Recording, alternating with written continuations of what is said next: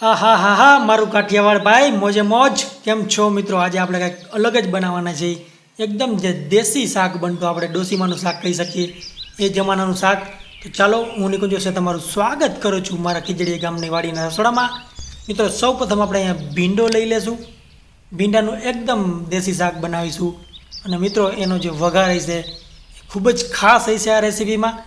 તો આખો વિડીયો જોજો, લાઈક કરજો, શેર કરજો અને કોમેન્ટ કરજો કે તમને વિડીયો કેવો લાગ્યો. મિત્રો ભીંડો હજી કૂણો છે તો આજે આપણે એને કામ તમામ કરી નાખવાનું છે. અને આની ખાવાની જે કૂણા ભીંડાની મજા હોય મિત્રો તમને ખબર જ છે, ખૂબ જ અલગ. અથવા તો મોટી સિંગ થઈ જાય તે પછી બી મજા નથી આવતી. તો સૌ પ્રથમ આપણે ભીંડાને ધોઈ લેશું. સારા એવા પાણીથી ધોઈ લેવું મિત્રો, જેથી કરીને તમામ એમાં જે કચરો હોય, ગંદકી હોય અથવા તો કોઈ જીવાત નાની ચોંટી હોય એ તમામ વસ્તુ એમાંથી નીકળી જાય. હજી આ ભીંડો એકદમ ફ્રેશ છે, કોઈ બગાડ નથી એવો. એ પહેલાં જ આપણે આપણી વાનગી બનાવી લઈએ, એ જેની મજા છે આ રેસીપીની. તો જો મેં કઈ રીતે ભીંડાને ધોઈ લીધો, એકદમ વ્યવસ્થિત રીતે સાફ થઈ ગયો, કારણ કે આમ કાંઈ બીજી ગંદકી નથી આમાં. અને એકદમ તાજો અને કૂણો છે અને કોઈ પણ બગાડ બી નથી. મિત્રો ભીંડાને ધોઈ લીધા પછી હંમેશા સૂકવવાનો, જેથી કરીને આપણે એને વ્યવસ્થિત સાફ કરીને એને ઉપયોગમાં લઈ શકીએ. ત્યાર પછી આપણા ટમેટાં. ભીંડાના શાકમાં ટમેટાનું મહત્ત્વ આગવું રહેલું છે.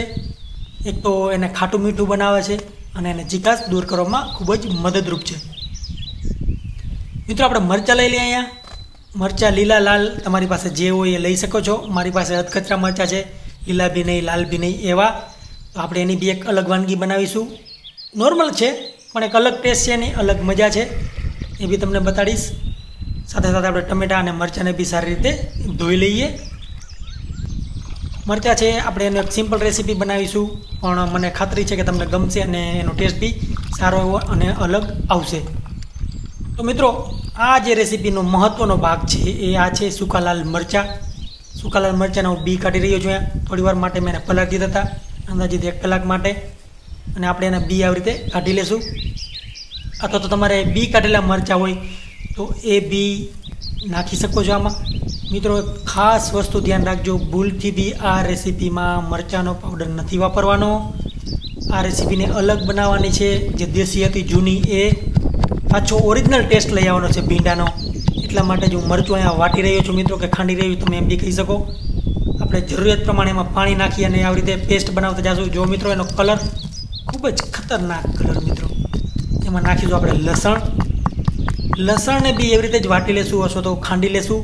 અને આ જ મિત્રો આપણે શાકને છે એક અલગ રંગ, રૂપ અને ટેસ્ટ આપશે, જેની મને પૂરી ખાતરી છે. હવે મિત્રો ભીંડાના આગળ અને પાછળનો ભાગ આપણે આવી રીતે કાપી લેશું. જો એકદમ કૂણી સીંગું છે મિત્રો. એને કાપી લીધા બાદ વચમાંથી એક ચેકો મારી 2 અથવા તો 3 એકદમ 1 ટેરવા જેટલી મિત્રો એની તમે કહી શકો સાઇઝ, એવડી સાઇઝ એને રાખીશું. અને તમામ ભીંડાને એવી રીતે આપણે કાપી લેશું. ત્યારબાદ મિત્રો મહત્ત્વનું ઇન્ગ્રીડિયન્ટ છે આમાં ટમેટાં. કારણ કે ટમેટાં છે એ શાકને ખાટું મીઠું તો બનાવશે જ, સાથે સાથે એમાં ચીકાશ જે રહેલી છે ભીંડામાં એ બી દૂર કરવામાં ખૂબ જ મદદરૂપ થશે. અને પહેલાં મેં ભીંડાનું બીજું બી એક શાક બનાવેલું હતું, એ બી તમે જોઈ લેજો, જોવાનું ચૂકતા નહીં. શેકેલા ભીંડાનું ભરેલું શાક, શેકેલા ભીંડાનું શાક, એવા શાક બી મેં તમને આમાં દીધેલા છે ઓલરેડી. વઘાર માટે મેં તેલ મૂક્યું છે. એમાં સૌપ્રથમ આપણે મરચાં તરી લેશું. લીલા લાલ મરચાં છે, તમારી પાસે કોઈ બી હોય એ લઈ શકો છો. મરચાં તમે થોડું કડક રાખો, તમારી પસંદ હોય તો એ બી, અથવા તો ફૂલ તરી લ્યો, જેવી તમને પસંદગી હોય એ પ્રમાણે. મિત્રો આ જે મરચાં છે અત્યારે એ સમયમાં ખાવાની એક આગવી મજા છે એની, કારણ કે આનો જે ટેસ્ટ છે એ સૌથી અલગ હોય છે. મરચાંને કાઢી લઈએ અને હવે જે તેલ ગરમ થઈ ગયું છે એમાં નાખીશું આપણે જીરું. આખું જીરું છે મિત્રો, બીજું કંઈ નહીં પડે. અને એમાં આપણે જે પેસ્ટ બનાવી હતી લાલ મરચું અને લસણની એ નાખીશું. આખા લાલ મરચાં વાટ્યા તો મિત્રો ખાસ યાદ રાખજો. જો મિત્રો કલર અને એનો સુગંધ છે મિત્રો, એ તમે કરશો ત્યારે જ તમને ખબર પડશે કે એનો સ્વાદ કેવો છે, સુગંધ કેવી છે. આપણો ભીંડો નાખી દઈએ સમારેલો. એને બી સારી રીતે હળવે આપણે પકવતા રહેશું અને હલાવતા રહેશું. જો મિત્રો કલર આ જ છે આપણી જે વાટેલી ચટણી છે એનો કમાલ, એકદમ દેશી લસણની કાઠીવાળી ચટણી. અને હળવે આપણે પકાવી રાખશું અને મિક્સ કરી રાખશું.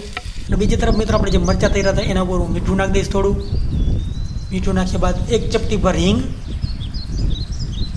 થોડું ધાણા જીરું જો મિત્રો એકદમ સિમ્પલ મસાલા છે, પણ ઘણા લોકોને આ ખબર નથી. જો ખબર હોય તો સારું, આ રીતે બી ટ્રાય કરી જોજો, તમને મજા આવશે.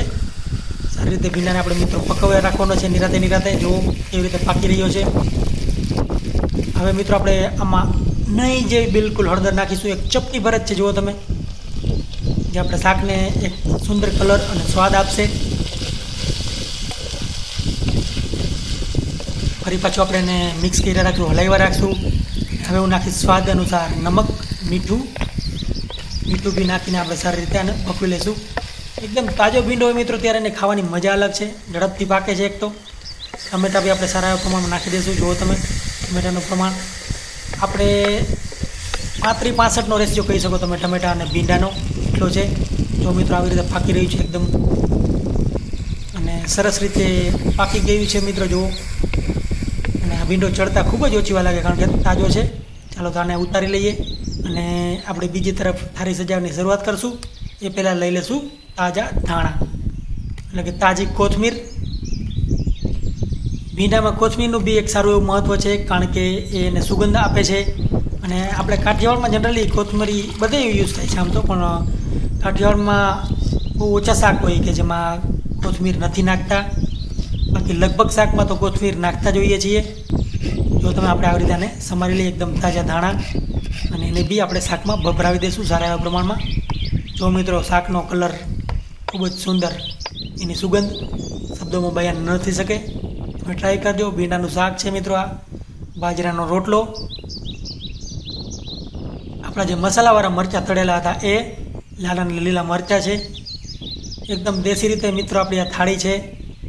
અને કાઠિયાવાડની થાળી, માખણ, મરચાંની ચટણી, મરચાં અને લસણની ચટણી, છાશ એના વગર અધૂરી છે. તો જો મિત્રો ઘણાની તમન્ના હતી, અને આ એક વસ્તુ આપણા માટે ખાસ છે, ડુંગળી, ધૂંબો મારેલી ડુંગળી. એ બી ખાવાની એક અલગ જ મજા છે, કારણ કે એમાંથી તીખાશ નીકળી જાય છે. જ્યારે થોડી વાર ધૂંબો મારીને તમે એને રાખી દો, એક તો એનું પાણી નીકળી જાય છે. અને ઉપરથી મિત્રો આપણે છાશ. ચાલો મિત્રો જુઓ મારી થાળી તૈયાર છે, એકદમ દેશી, શુદ્ધ દેશી કાઠિયાવાડી ભીંડાનું શાક, રોટલો, માખણ, લસણની ચટણી, ડુંગળી, મસાલાવાળા મરચાં અને છાશ. પણ એ પહેલાં એક થોડુંક આપણે જે અહીંના મારા ગલુડિયા છે એને બી ભોજન આપી દઉં, અને પછી શરૂઆત કરીશ મિત્રો મારે ખાવાનો આનંદ માણીશ. આ ગલુડિયા હોય છે એમ તો એમણે આવતા જતા હોય છે આજુબાજુના એરિયામાં, પણ જ્યારે પણ અહીંયા આવે ત્યારે એને કંઈક ને કંઈક ખાવા મળે એવી વ્યવસ્થા અમે કરીએ છીએ જનરલી. પણ હમણાંના ટાઈમમાં ખબર નહીં, બીજા એરિયામાં જતા રહ્યા છે. જ્યારે બી અહીંયા આવે ત્યારે મારા પપ્પા અથવા તો ભાઈ એના માટે રોટલા લેતા જ આવે છે સવાર અને સાંજ. પણ ઘણા બધા કૂતરાઓ હોવાથી એને શું થાય છે કે એ લોકો નાના ગલુડિયાને ખાવા નથી દેતા, તો એના કારણે એને ખૂબ જ પ્રોબ્લેમ થાય છે. પણ અમે ટ્રાય કરીએ છીએ કે એને એકલાને ખવડાવીએ. તો ચાલો મિત્રો, હું મારા ખાવાનો આનંદ માણું છું. માખણ, લસણની ચટણી જુઓ તમે મિત્રો, આ રીતે ચટણી બનાવજો, પછી મને કહેજો આનો સ્વાદ અને આની સુગંધ અદ્ભુત. ચાલો મિત્રો, ફરી મળીશું એક આવા જ વિડીયો સાથે. મારા મોઢામાં એમણે પાણી આવી રહ્યું છે. Thank you so much. Bye bye, take care. વિડીયોને લાઇક, શેર અને કોમેન્ટ કરવાનું ભૂલતા નહીં. આવજો.